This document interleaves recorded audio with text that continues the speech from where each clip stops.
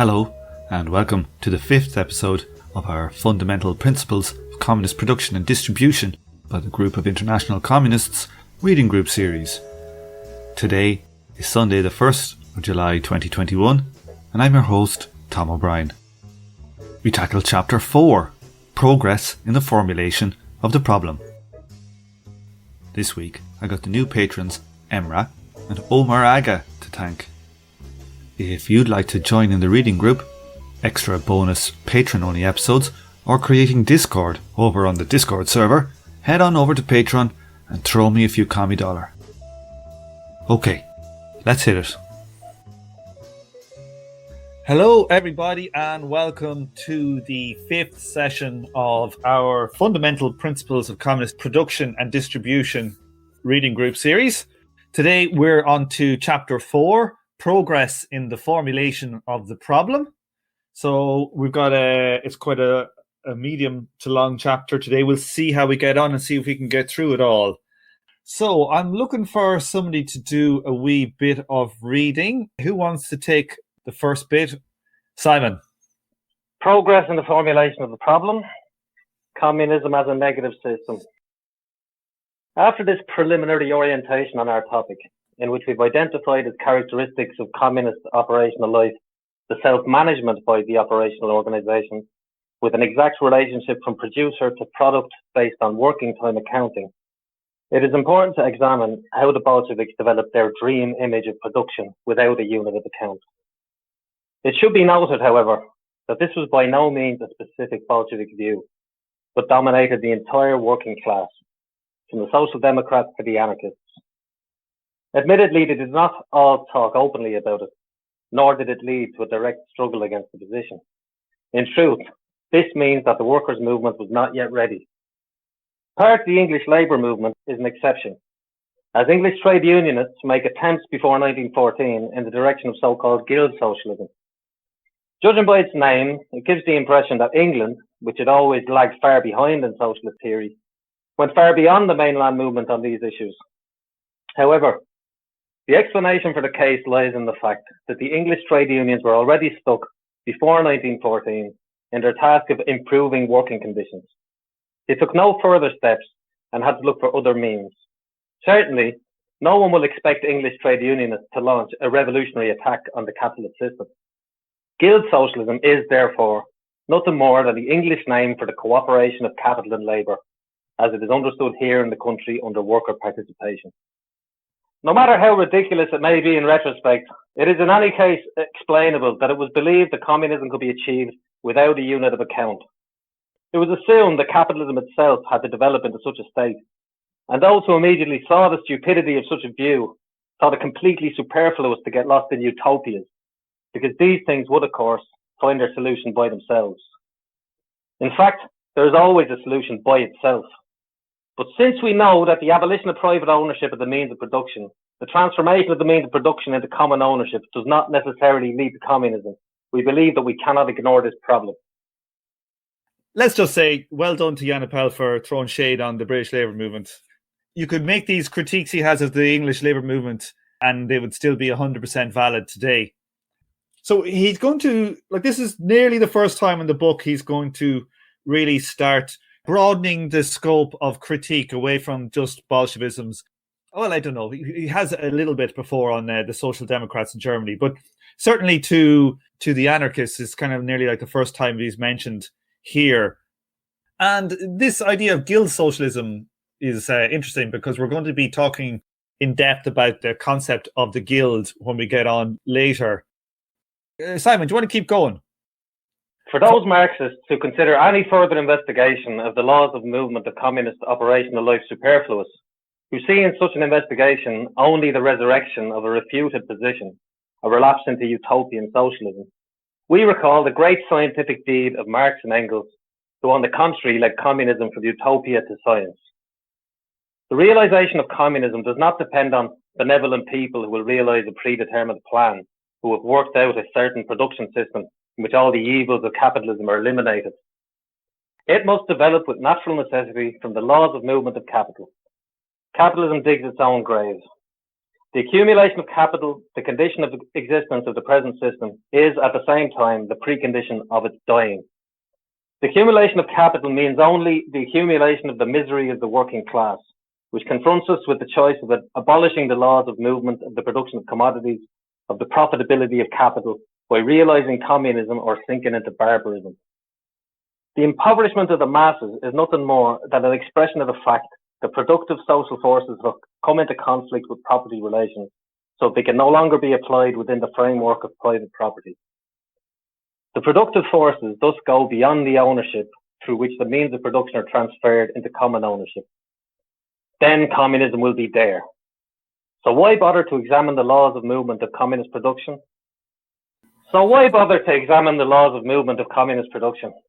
Why supplement the existing utopias with another one? Why should Marxism develop from science to utopia? But the propaganda demanded a more detailed explanation of the coming new order. The bourgeois critics did not stop asking again and again what the new order would look like, so that theorists were forced to lift some of the mysterious veils. With a contemptuous shrug, they explained that communism was crystal clear for them. Marx taught it.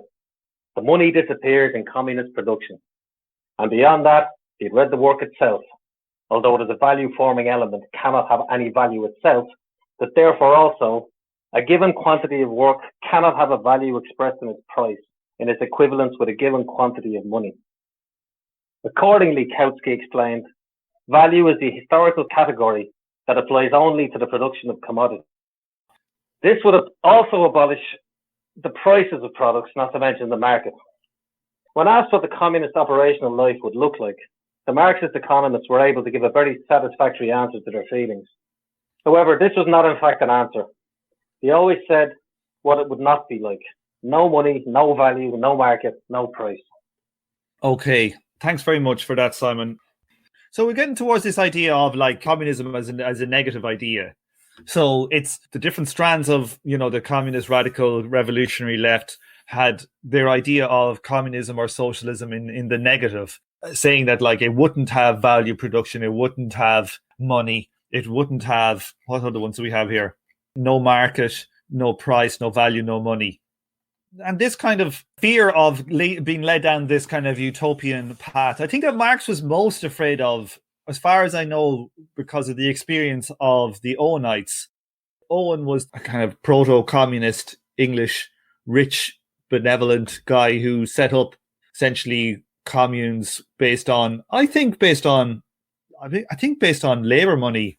I'd have to go and check that again. But yeah, so we're going to kind of juxtapose this negative idea versus a positive idea soon, because the history of the socialist, communist, anarchist movements was that their fear of the, theorizing of a utopia in the abstract, basically that led to people not having any kind of idea of what they were doing. In reality, what it ended up doing is the reintroduction of a lot of these capitalist forms in a way that some people call state capitalism, this book calls state capitalism, but at least brought back many facets of capitalist value form functions. Anybody got anything to say here? Kilcha. Hey, just an observation. We're getting closer and closer to a working definition of Marxism that I grew up with, that was, I think, taught to me at school, GCSE and A-level, which is of a very effective critique of capitalism, but that doesn't put forward an alternative, because it just assumes that capitalism will collapse and communism will magically appear and solve all of our problems. And I think for most of my life, that's been my understanding of Marxism and communism in general, is just that this constant sort of believing that communism would just emerge of its own accord. And it's interesting to see how some of that interpretation was imposed, and some of it was also developed by the communists themselves. Yeah, and I think I've read some of the stuff about the Owenites, and like literally it was at the case where Owen and those guys had their communes where they would plan, and you have to get up at this time, and that the young would do this thing and the older people would do this thing, and then you would function. We would do this between the hours of 9 and 11, and this between the hours of 5 and 8 in the evening, and it was all along the lines of Muir's utopia. But yeah, we see this idea of Marxism as critique only, and as not as kind of like making positive contributions. Like I like this line here. We recall the great scientific deed of Marx and Engels, who on the contrary led communism from utopia to science. We're getting towards this idea of the critique of the bourgeois critics of von Mises and Max Weber. And we're going to see how they had a very correct theoretical understanding above the understanding of the communist radicals. There's an interesting quote here from Kautsky. Kautsky says, value is a historical category that applies only to the production of commodities. This would also abolish the prices of products, not to mention the market. The prices of products, that doesn't chime with what Marx was talking about in the Robinson critique. So that's a bit unusual that he would say that. Like, that's in the first 100 pages of Capital. I think that kind of goes kind of square against stuff that's right there, obviously in the first kind of 100 pages. And certainly Kautsky would have been aware of the critique of the Goddard program. Okay, so anybody want to read then from the bourgeois writer? Kielce. The bourgeois writer Eric Horn, who would very much like to know what it will be like, therefore characterizes communism as a negative system. His curiosity was awakened because he concluded that he might also be a communist. He has no objection at all to the abolition of private ownership of the means of production. He is, if necessary, in favor of leaving them to common ownership. But that in no way meant the abolition of the capitalist mode of production. The general cartel of Hilferding. Rudolf Hilferding deserves the dubious honor of having given the complacent superficiality of the negative system a theoretical basis. He solved the difficulties in a surprisingly simple way, so simple that a child can understand the movement of the new production system.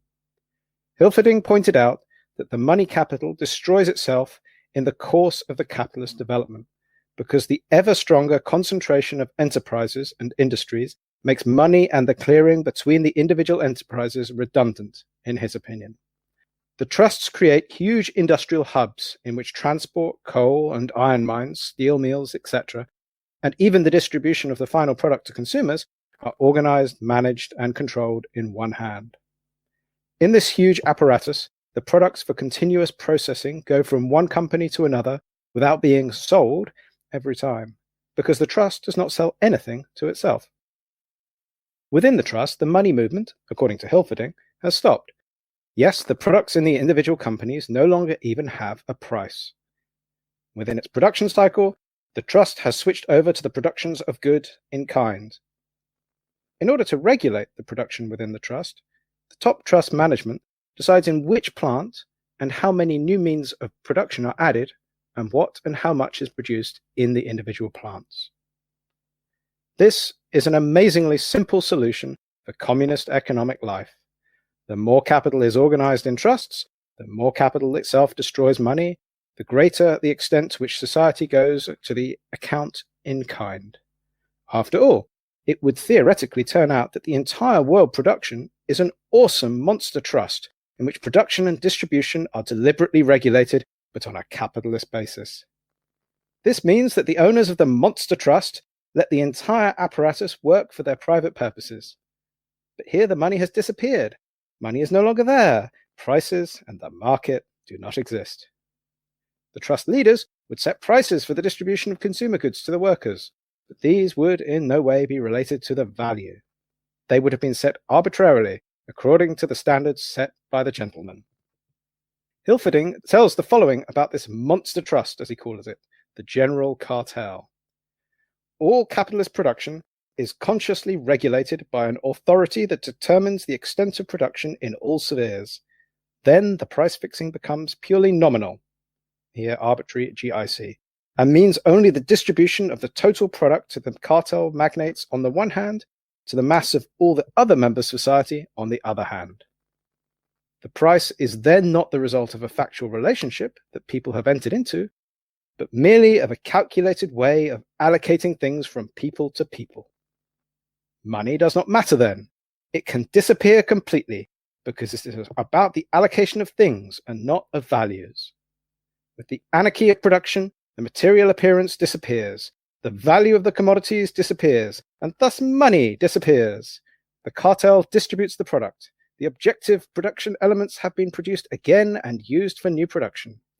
Of the new production, one part is distributed to the working class and the intellectuals. The other part falls to the cartel for any use. It is the consciously regulated society in antagonistic form. But this antagonism is an antagonism of distribution. The distribution itself is consciously regulated, and thus the need for money is over. The financial capital in its completion is detached from the breeding ground in which it was created. The circulation of money has become unnecessary. The restless circulation of money has reached its goal. The regulated society and the perpetual mobile of circulation finds its rest. Okay. There's quite a lot of stuff here. All utter bullshit. A lot of bullshit going on here. Yeah. I do very much have this line here underlined in my copy, which I think is a huge relevance for us today to all elements of kind of left politics, pretty much. It is the consciously regulated society in antagonistic form, but this antagonism is an antagonism of distribution. The distribution itself is consciously regulated, and thus the need for money is over. Something I come back to all again and again on the podcast, but like when somebody starts talking about distribution mainly as the problem with capitalism, you got to check your wallet, you know? It's literally, it's changing the focus at the point of exploitation at production to the problem of distribution. And not only does this kind of Hilferding approach do that, but if you think about it, it really guts the revolutionary behavior of the working class themselves. It says the capitalist system is itself the revolution. Like, it's not saying that this is a revolutionary battle between the proletariat and the owners, the capitalist class, but it's saying, oh, look, we should just let this, capitalist beast work its logic. And then the next thing you know, lads, there'll be communism. Anybody have anything to say about this big section here? Alex? I have interest. How do Walmart deal with this problem? Because there you've got like an utterly enormous organization. I just checked, it's like turnovers like something stupid like 600 billion a year. Do they have money to deal with all the various departments within Walmart, or do they do that with that money? Because it's kind of a similar problem. It's interesting you should say that, like, because I know the book, Walmart Republic. They make a case. I'm trying to remember. Yeah, they make the case in there that Walmart specifically do it based on plans. Yes. Yeah, and that is I think some of the difficulties that would have been around at the time with planning without a unit of account can be algorithmically solved today. Okay, so some of that problem, I think, has been eliminated. But the other thing I would say as well is that they have, I'm not exactly sure, like, because in that book, they don't really get into the nitty gritty. I get the feeling that it's much more of a kind of a cybernetic approach where the things are like, just in time delivery. And I think they may get into essentially managing the production of their producers at some level, like that Walmart and the people who do the meat or do the tins of beans or whatever, that they're kind of integrated at the hip, and that a lot of like production signals are coming directly from Walmart and they integrate them into their system. So how much they're getting rid of money, I don't know. I'd be skeptical, to be honest. Yeah, I suppose as well, they don't have the problem of like many stage processes. They tend to produce things from people, who they may micromanage, but it's not like, I suppose they don't have the problem of owning a mine, digging out ore, turning that into steel, turning that into a railway, turning that into, and so on and so forth. Yeah. So maybe they have a simpler problem. Yeah, I think it's a much simpler problem. Like, it's the problem of the distribution center as opposed to the entire productive apparatus. I think you can do planning based on physical quantities now that you couldn't at the time, that you can technically do with computers. There was something I was going to say. Okay, fellow Jitzer Herman. I don't think that Walmart is doing a planning in kind. So as long as they calculate a profit, they have to calculate in prices. And even if they don't pay with money within their organization, they book it in money form. Yeah, that's exactly correct. Yeah. So like they are maybe internally like a planned system, but they're externally regulated by the market and they do it at profit. If you think about it, you're working, say, in a small scale, you're working in a McDonald's or something. Like when I'm working on the fast fries machine or something, and somebody says, "Can I have the fries?" and I pass them to them. Like when I pass them to them, I don't ask that worker to give me £1.20 for the fries. That you have these internal like non-market transactions all the time in every single business, but they're always externally interacting with the outside in things that aren't in kind. While in kind can be internal, the externally is not in kind. Kilcha.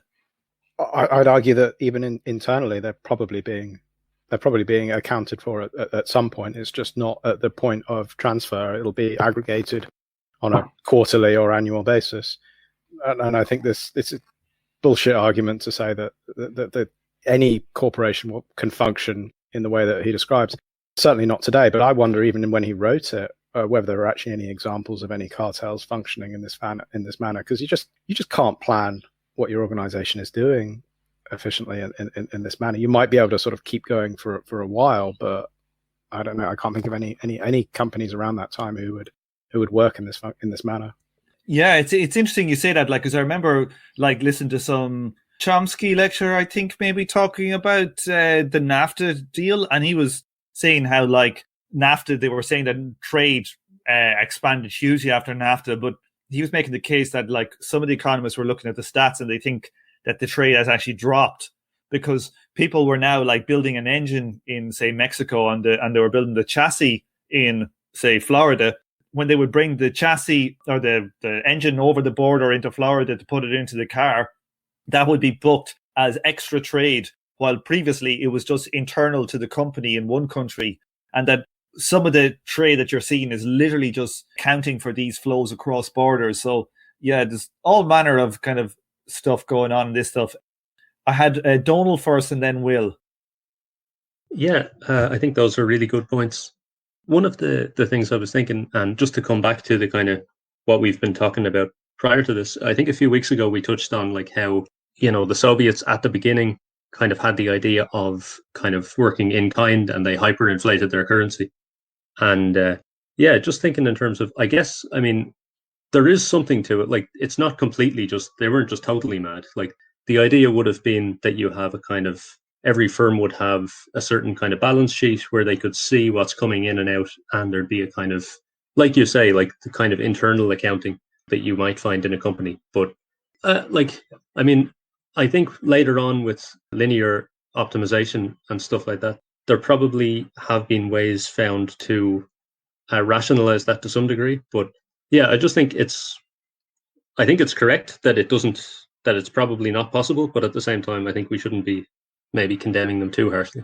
I don't know, for some of those kind of ideas that on paper you might think it was possible, probably not in the 1920s, okay, but maybe later on. And I mean, the Soviets even called it material balances. That was the idea that they had. I mean, even if it didn't work. Yeah, I think a lot of excellent actual, math and stuff came out of this problem. Absolutely. Will?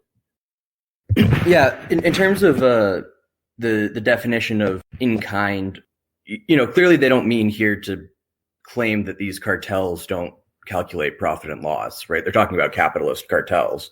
So it's pretty clear to me that they're thinking of things like, big rail or oil trusts or things like that are super vertically integrated, right? Where they figure out how much oil they need to mine and how much coal they need to mine to run the railroads and, keep everything full. And like that, I'm pretty sure that's what they're talking about. And it makes sense that they could do that without needing to, record, pay for the transfers within the firm. They could just say, oh, it takes this much iron ore to make another rail car, right?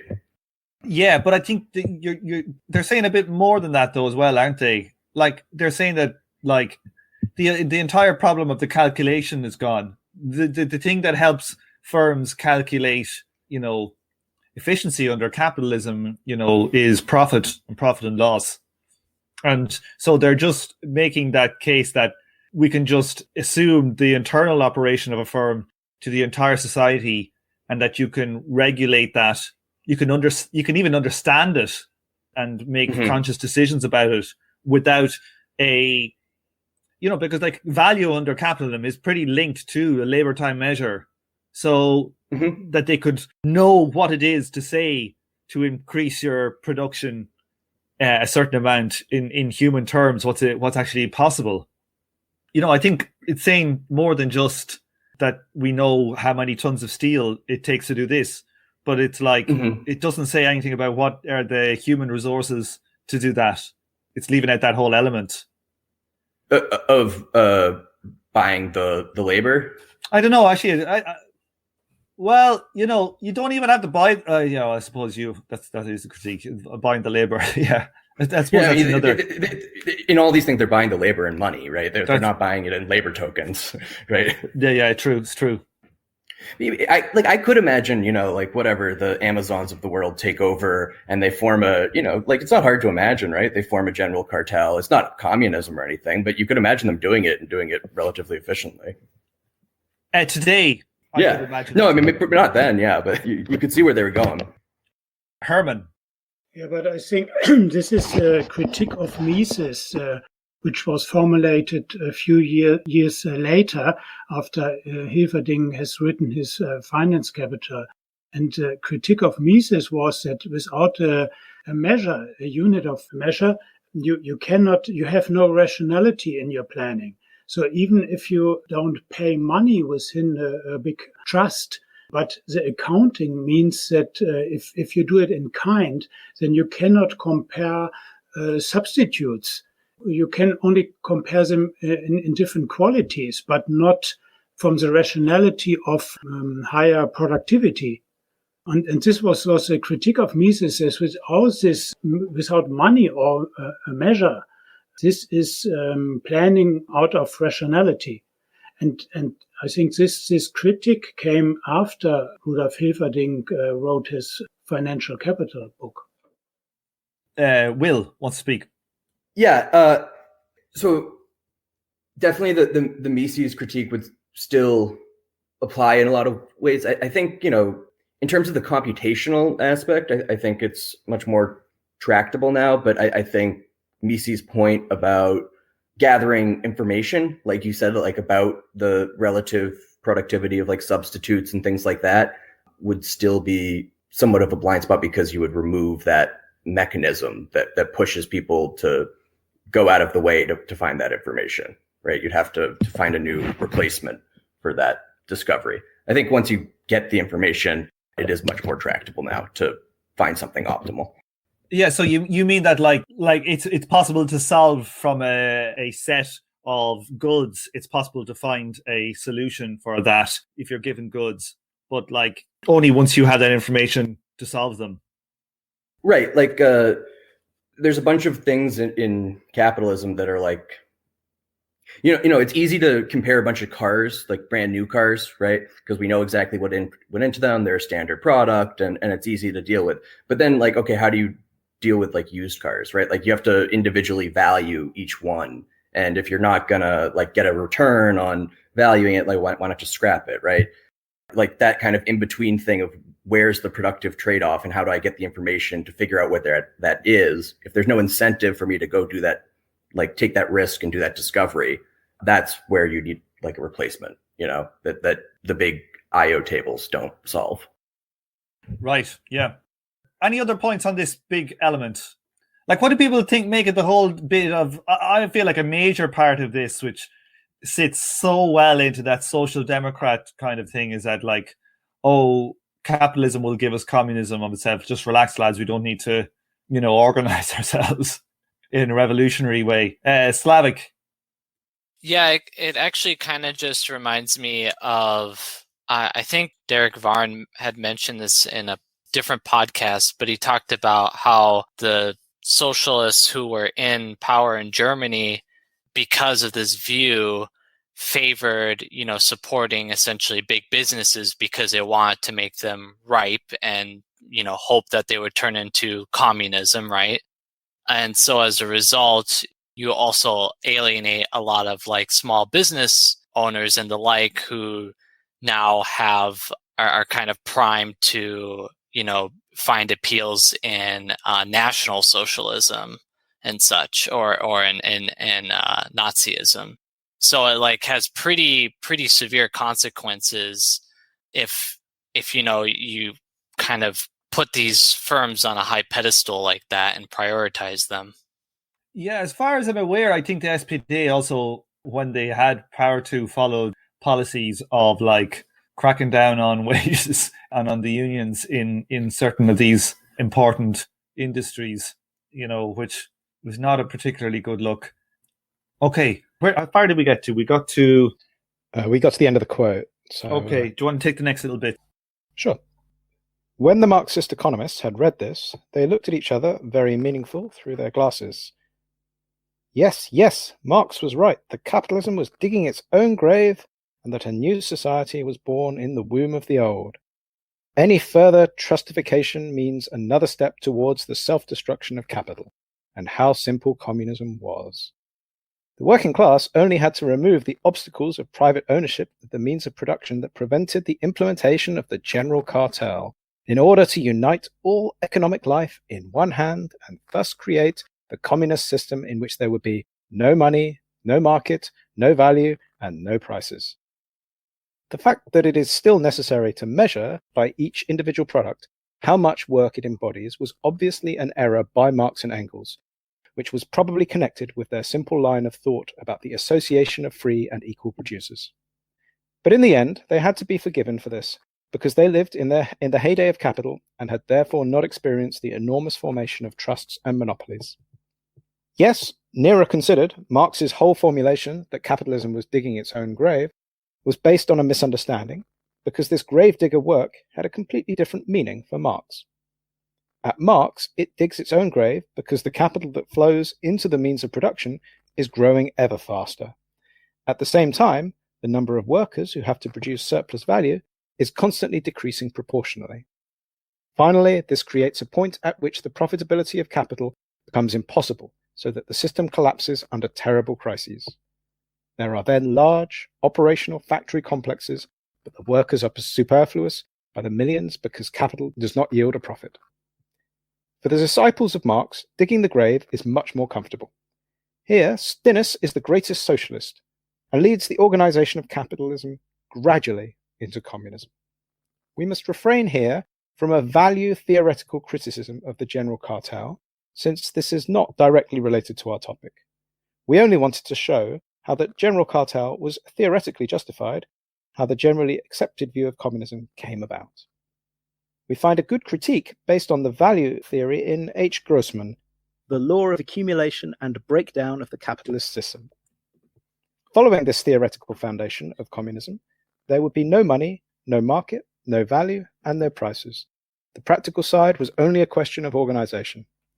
It was the conversion of the apparatus to the needs of the people, a conversion that the leaders of production and distribution had to make. The state officials had to compile precise statistics on the needs, at which point the central management would ensure that the products were manufactured and distributed to the workers.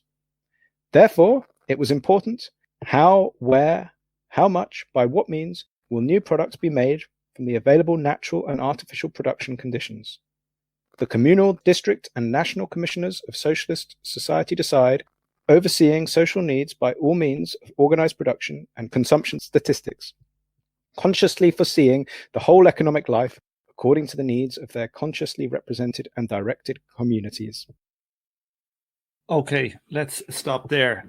I have a question. I don't know if Herman might know, but was Grossman, I read that Grossman book, was he actually theoretically a follower of this view? I'm kind of surprised to hear that. Grossman's ideas was, this kind of eventual, the rate of profit is going down. Eventually the system will collapse due to lack of profitability. Now, I know some people have a problem with that, like that Marx in volume 3 doesn't have a final collapse theory, which Grossman seems to be kind of putting forward, but kind of a series of crises. Will? It seems like they're saying that we're not going to do a value theoretical criticism of the idea we just laid out of the general cartel. But if you want that, look to Grossman. I don't think they're saying he's espousing these views, but that he's a good critic of these views. Yeah, so I must have a read of that book again. That's what I was wondering, but I was just making sure. Because, Grossman himself does have this idea of a final collapse kind of idea, which is not really Marx's, but it does kind of correspond to this paragraph up above, which kind of threw me for a loop just rereading again this week. Anybody want to talk about any other stuff? Alex? Yeah, just one point. I mean, probably wouldn't have been considered at the time, but Baron Swayze and Monopoly Capital make a good case that the tendency towards, cartels, in fact, increase the rate of profit. Because cartels, although they'll compete over market share, they tend not to compete on price, even if they don't have formal, price fixing arrangements. Sometimes they will, but other times they'll just informally will price fix and don't have the same kind of pressure that would have done when there was more competition in the late 19th century. So it's just another reason why I think this is wrong, although they might not have known it at the time. Definitely, and also monopolies can increase the rate of profit. Like if you've got a world monopoly on essentially some type of product, you can increase the rate of profit within your country at the expense of other countries. So there's that dynamic also. We see it in like how much of the American rate of profit is a beneficiary of, say, stuff like America owning essentially every social media platform except from TikTok. And of course, and they can make super profits by just buying up anyone who might likely be a competitor. Exactly, yeah, it's a massive power. Kilcha. Sorry, can anyone explain the paragraph I struggled with? I simply don't understand it. The middle of page 75. The fact that it is still necessary to measure by each individual product how much work it embodies was obviously an error by Marx and Engels. What was it that Marx and Engels said that was in error at this? Okay, so this is Jan Appel and the GIC talking in the voice of Hilferding. They're saying that Marx and Engels are obviously wrong. They're obviously dumb guys. They weren't around. They didn't see the big trusts like we see around here. We're right. Marx and Engels were dumbasses. Okay, I struggled a little bit with this whole entire section about like who was being given voice to, whether it was this is the GIC there with their hand up, Hilferding's puppet and talking in his voice. Like Marx's whole formulation was based on a misunderstanding. They're being sarcastic here in this section. And if anybody is understanding, Stins here was like was a huge German industrialist. So they're saying like Stins is the greatest socialist. How does this kind of like reminds me of Glenn Greenwald, huh? Saying, Steve Bannon is a socialist. Although at least there was some theory behind this, not just dumbassery. Okay, who wants to take the next section, the Russian Revolution? We're kind of flying through here today. Slavic. The Russian Revolution has put an end to this beautiful dream. The factories were converted into common property. The Hilferdings' general cartel was implemented in the state industry, but it did not abolish the movement laws of capital. The Central Trust Administration must buy the labor force on the market at a price stipulated in the collective labor agreements with the state unions. The Russian Revolution made a thick line through the blessings of the general cartel and forced us to examine more closely the laws of movement of the communist economic world. C. The bourgeois criticism of the general cartel. The development of science which deals with the communist economy thus does not show a straight line. Still, from the working time calculation of Marx and Engels, it turns to the calculation in kind to be brought back to its old course around 1920. It is certainly a bitter irony that the bourgeois economists in particular have made good progress in the science of communism, unless unintentionally. When it appeared that the downfall of capitalism had come within reach and communism seemed to conquer the world by storm, Max Weber and Ludwig Mises began their criticism of the communism, whereby, of course, first and foremost, Hilferding's general cartel, that is, Russian communism, had to suffer. Their criticism culminated in the demonstration that an economy is impossible without a method of accounting, without a general denominator to measure the value of the products. And they had it right. Great confusion in the Marxist camp. It was perfectly clear that the chaos of capitalist production was an orderly system compared to the production of goods without a unit of account. Only a small part of the Social Democrats held on to the old love, Neurath, while the majority recognized the need for a general measure in economic life. Kautsky, too, was shocked, and now he had to deviate from his old method of ignoring something with the pretext and take a stand. That's what he does. The value is now suddenly no longer a historical category because the settlement will take place based on money, since it is indispensable as a measure of value for bookkeeping and the calculation of exchange ratios in a socialist society, and also as a means of circulation. What money will look like in the second phase of communism is an open question for him, for we do not even know whether it will ever be more than a pious wish, similar to the millennial kingdom. Weber and Mises had won the battle. Communism was defeated. But now they still had to deal with Marx and Engels because they had never participated in the stupidity of production without a unit of account, but had set the working time as a measure. They did this so thoroughly that Bloch, in his Die Marxische Geldtheorie. Okay.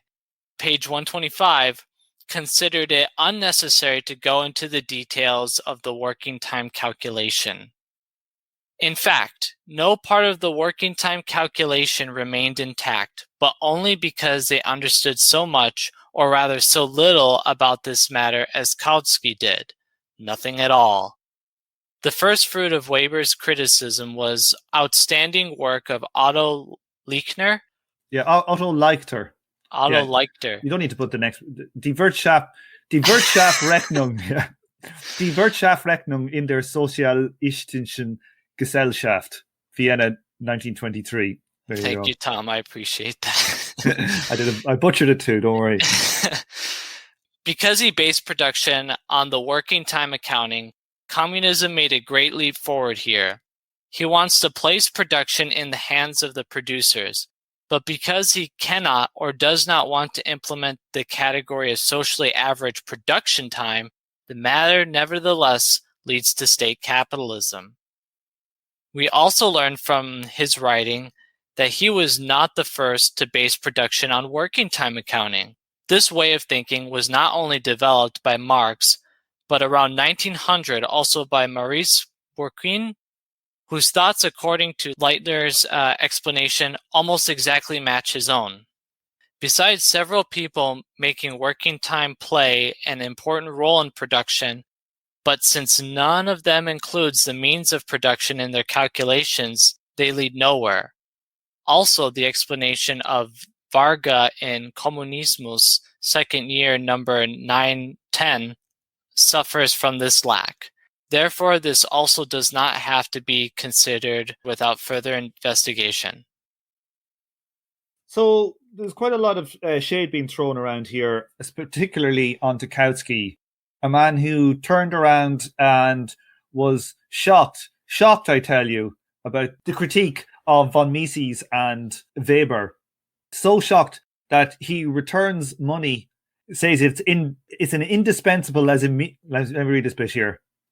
Its value is now suddenly no longer a historical category because the settlement will take place based on money, since it is indispensable as a measure of value for bookkeeping and the calculation of exchange ratios in a socialist society, and also as a means of circulation.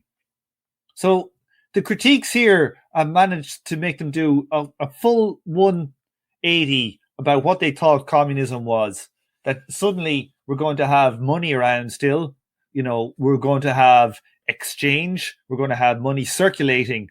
So we have so many of the actual parts of the capitalist value form reappearing here that all of a sudden have reappeared out of the ether.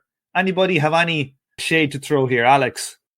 I'm wondering, did these guys like skip those like really tough first 3 chapters of Capital? Because like calculation of exchange ratios is pretty much what that's about. It makes you wonder.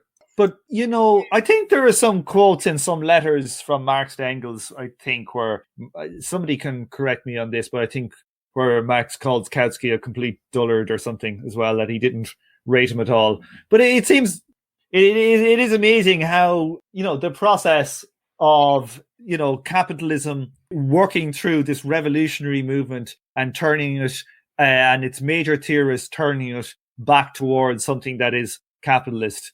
To me, it's kind of, you know, it's the superstructure working its magic. Slavic. Yeah, could you again just clarify in that last paragraph what is meant by that? None of those theories, none of them includes the means of production. I just want to make sure. So they're just focusing on distribution is what they're saying. So I think they had problems. We're going to get to the equations in, I think, chapter 6. The next chapter is he's taken on the libertarian communists. So in chapter 6, I think he's going to, maybe chapter 7, where he lays out the actual equations. But I think you'll see that the equations we're going to be deal with in my copy here anyway, it's P plus C plus L. And it's the fact that I think that they were looking at the L component and leaving out the P and the C and not theorizing that part. So they weren't including the means of production as being measured in labor time, but the wages. And so they were falling into theoretical kind of problems. I'd say that Herman can clear that up if I'm wrong. Does that make sense? Yes, I think this is exactly what they said. So, like, that's the beauty of these kind of foundational, the equivalence of Marx's C plus V plus S, you know, the P plus C plus L. Okay. Any other questions or comments on this stuff about Kautsky and how they turned 180 in their theoretical stuff? Alan? I thought it was an interesting point that basically all of the actual questions, when you pull a Kautsky like this, all of the real questions of how to implement socialism can be conveniently pushed back to the higher phase, and who knows if that's ever coming. I think that's politically very relevant. Exactly. Like I look at the theories that are coming here much through the politics. The critiques of Weber and Mises are the most coherent critiques. You know, I have respect for their critiques because they're correct, even if they're coming out of the politics. But the shift into the Hilferding and then further on into Kautsky's approach, you know, I find that, you know, just a function of the politics and not of the intellectual ideas. It's probably why I have nearly more bad things to say about Kautsky than I do about Weber. Okay, well, we take the last section. Who would like to, unless there's anybody else want to read? I sure must really be terrible to be German and listen to us butchering all these names. Patrick. The progress. However, progress in the formulation of the problem is revealed not only from the economic side, but also from the political side. The revolutionary proletariat has already pointed out the production apparatus can be social property, while it continues to function as an apparatus of domination and exploitation. Thus, the Russian Revolution has posed problems from the political side. We now demand guarantees that we will retain the right to decide on the means of production. That is why we are now calling for generally applied rules on how producers themselves manage and administer production, with precise controls to ensure that these rules are actually applied. The type of syndicalism that seeks free disposal of operation must therefore be seriously combated. In addition to the guarantees for maintaining the right of disposal over the production apparatus, we are now also demanding guarantees that exploitation will be abolished. And these guarantees cannot lie in democracy, in influencing the leading instances on the pathway of elections for all kinds of councils, We demand that this guarantee over objective course of the production distribution apparatus, which goes beyond every democracy. We demand that an exact relationship between the producer and social product as a whole. The basis for these guarantees lies in the fact that it is necessary for society to know how much labor each article of consumption requires for its production. That is its production time. And so we have come to a very clear objective for our further research. We must examine how the category of the socially average production time is developed in the communist economy. Our paper will continue to be dedicated to this topic, so we are by no means constructing a vision of the future. We are not inventing a communist system. We only examine the conditions under which the central category, the average working hour in society, can be introduced. If this is not possible, then the exact relationship of producer to the total product can no longer be maintained. Then the distribution is no longer determined by the objective course of the production apparatus. Then we get a distribution by persons to persons. Then producers and consumers can no longer determine the course of the operational life. But then this is shifted to the dictatorial powers of the central organs. And the state enters the operational life with democracy, then state capitalism is inevitable. Okay, so there is a lot in this section. The Russian Revolution posed the problems from the political side. So we're going to demand guarantees that will retain the right to decide on the means of production. That is why we are now calling for generally applied rules and how producers manage and administer production with precise controls to ensure that these rules are actually applied. Now, one thing that we were discussing earlier when we were talking about, say, the cartel, and we're saying about how today, the Russians did develop mathematics, even if they never ended up using them, I don't think, on how you can solve these kind of material balances, the physical, like a physical quantities approach. But one thing that obscures, which is what I find really obscurantist about that approach, you have some algorithm here and you put in all your inputs and outputs and you have these things going and they say, oh, do this, that, and the other, and then we'll have what we want, our final basket of products. And it obfuscates what's going on. And the beauty of the general rules that we're going to get onto in chapter 6, that it lays out exactly clear so that everybody can understand what's going on in society. At every single point of production, everybody can understand the basic what's going on, and everybody can understand their tax system. They can understand all of this stuff based on average production time and labor time accounting for the means of production and the output and labor. So that's a very important point, I think, to make, that gets lost when we get into some of this stuff about, we can solve it with this new algorithm or that new algorithm. And that gets away from this idea that the whole thing is transparent and everybody can understand what's going on. And it's not just some foreign AI in the sky trying to decide what we should do.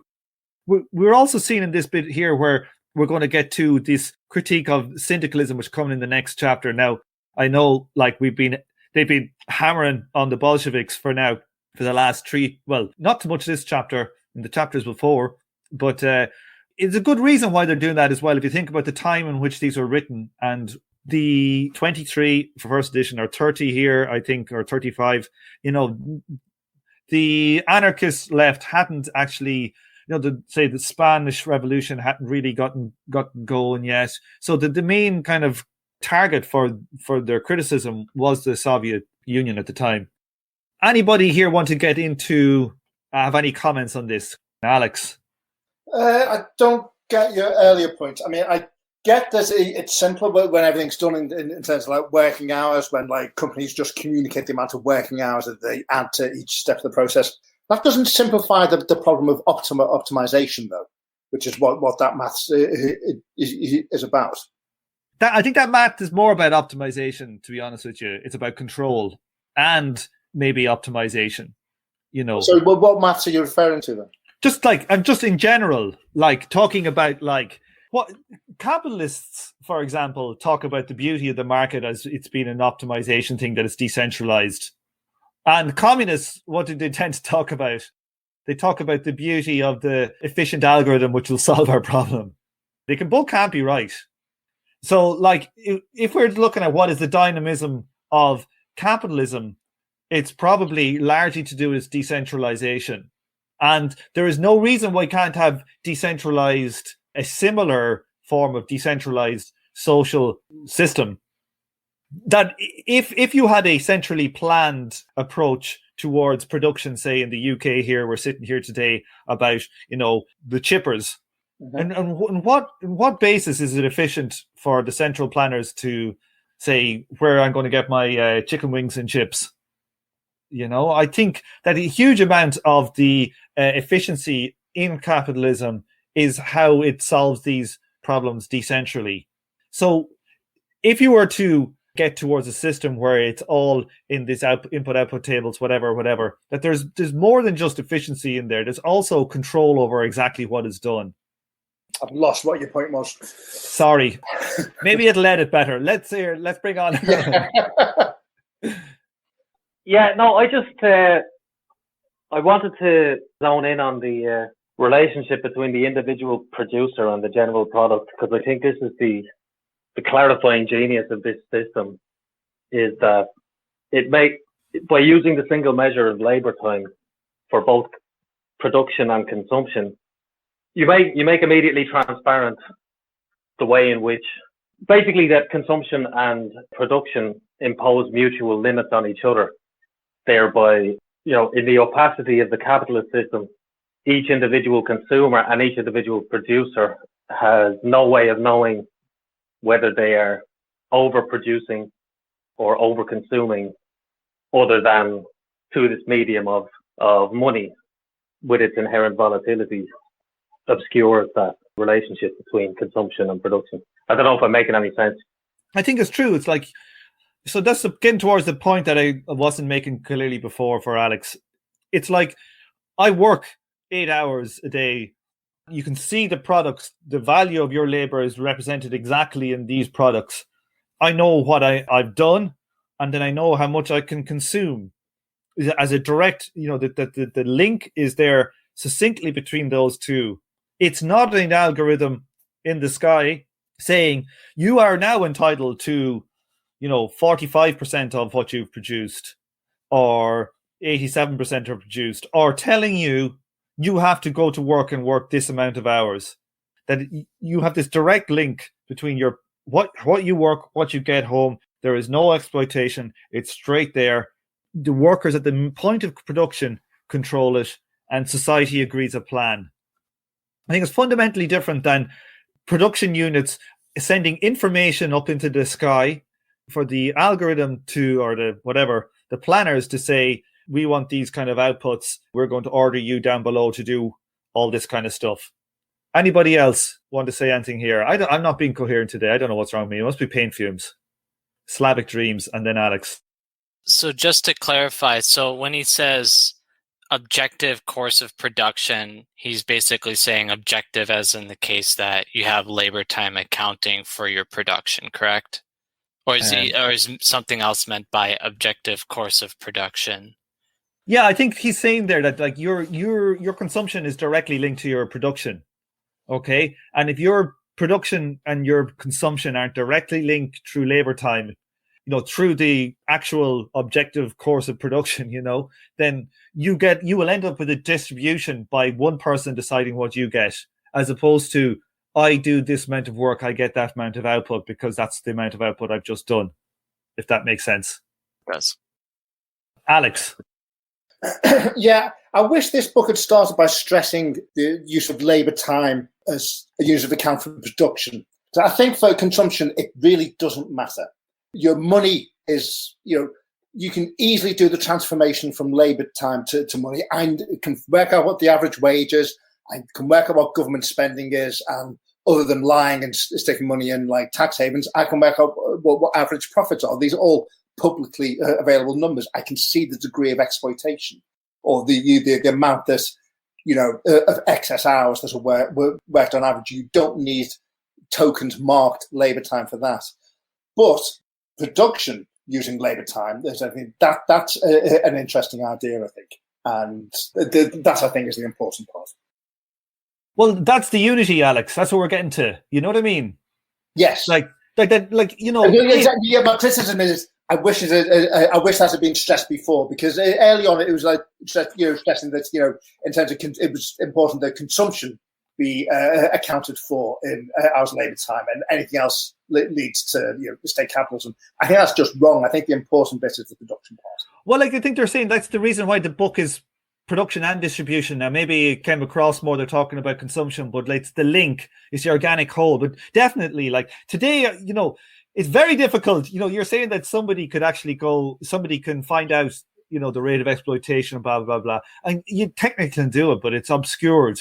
It's the brilliance of the capitalist system. But definitely, we're going to get more and more into the weeds with it. But it's like that unity between production and distribution. Mm-hmm. And like it doesn't allow any third element to implicate itself or to insert itself between the workers and their product.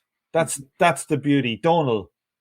Yeah, I agree with that. And I think it's just it again brings home the kind of fundamental difference in terms of accounting, what's going on. Like if you have a money economy, like within capitalism, as Marx talked about, like the main idea of, or one of the main functionalities of money, let's say, and we talked about this another week, I know, is, to be able to say that kind of, MC, M prime, the idea of that the exploitation happens in the production process and then it's kind of realized on the market. And whereas, and that's a fundamental role of money, like in capitalism, no matter what brand of capitalism. Whereas in this kind of labor time accounting, the only work that your labor vouchers are doing, or labor tokens or whatever, is to just keep a track of what the costs are, so that once consumption is congruent with the integrated labor costs, then the system balances. And I think that's it's a really nice and simple and kind of beautiful system. So, but I think it's important to kind of get that distinction as to like, why vouchers? Why not just keep money? Like, would that not be the same thing? But yeah, so it's fundamentally different, I think. What really strikes me about this is the importance of knowing the impact that your own personal consumption has in terms of implying necessity of a certain amount of labor to be performed. I think when it comes to exerting democratic control over production, I think the transparency basically makes it clear to everybody that instead of everything being oriented towards a continual production of more goods, which in capitalist society we tend to consume in order to compensate for how stressed we are and with how little time we have.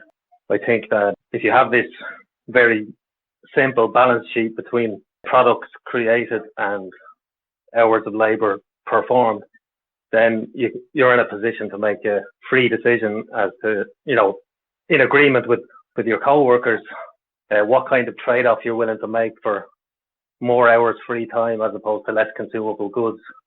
So yeah, I think that's what I really like about it. Absolutely. Slavic.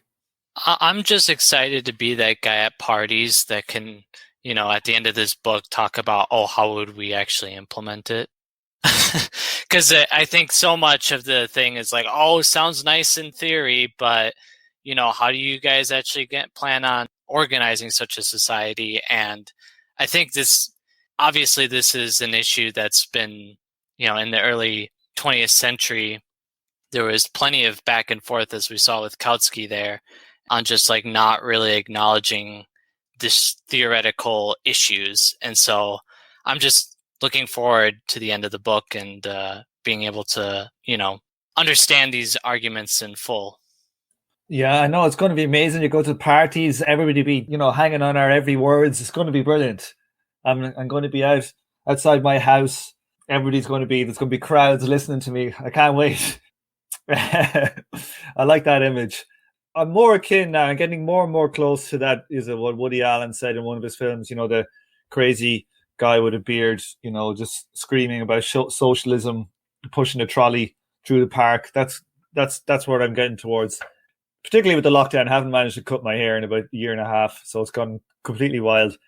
Okay, so next week we're going to do chapter 5, the libertarian communism. So he's going to basically have a go at the kind of left / anarchists for their lack of theoretical clarity around these issues. So we've given up Bolshevik bashing. Now we're going to start hitting on the old left cons and anarchists. Okay, so I'll see you all next week. Thanks for coming.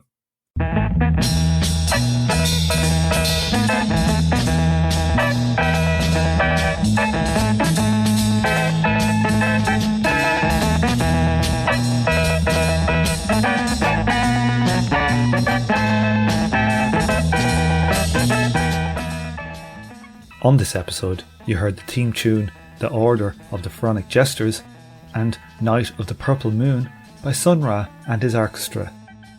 Thank you for listening, and please join me for the next episode of From Alpha to Omega. This show is a member of the Emancipation Network, a Marxist podcast and research collective. Make sure to check out our network sister podcasts, General Intellect Unit, Jumpsuit Utopia, Mortal Science, and Swampside Chats. And if you'd like to help out the show, please remember to head over to Patreon and throw me a few commie dollar.